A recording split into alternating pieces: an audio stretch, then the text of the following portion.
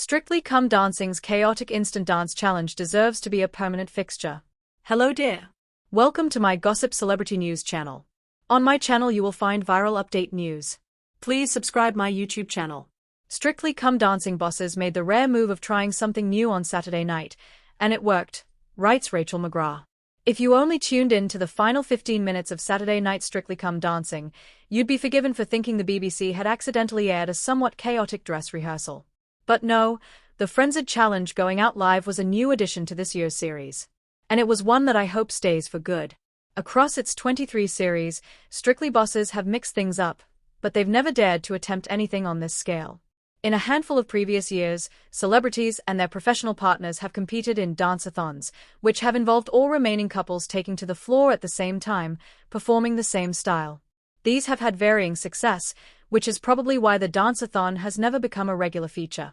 On Saturday night, though, bosses introduced the Instant Dance Challenge. Borrowed from US show Dancing with the Stars, the challenge is designed to mimic what the professionals face in competitive settings.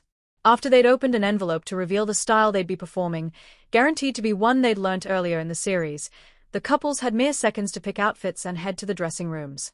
Once back in the studio, the celebrities and their pro partners were made to wait on separate staircases. They were then given just 10 seconds to confer before the music kicked in. It was, to put it mildly, chaotic. But in the best way. Tess Daly stood with each pair as they found out what they'd be performing, while Claudia Winkleman helped the celebrities pick their outfits, which largely meant thrusting increasingly jumbled combinations of clothing into their hands. On the floor, some pairs thrived.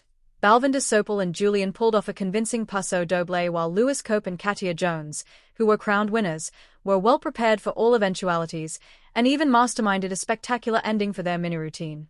Others didn't do quite so well. Alex Kingston and Johannes Rabid played it too safe with their rumba before Karen Carney and Carlos Gu relied heavily on clapping and walking in a circle. It was giving 11 p.m. at a wedding.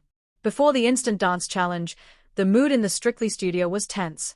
Kingston had kicked off the live show with a mistake-ridden cha, which went from bad to worse as she struggled to recover from early footwork errors. Next up was George Clark, who openly admitted his mistakes to the judges, which he soon regretted as it turned out two of the panelists hadn't spotted them.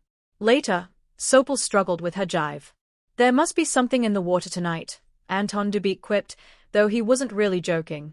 Thankfully, Amber Davies and Karen Carney brought the mood up as their routines both landed perfect scores, but even that left the latter's partner, Carlos Gu, in floods of tears. The Instant Dance Challenge was a much-needed mood booster.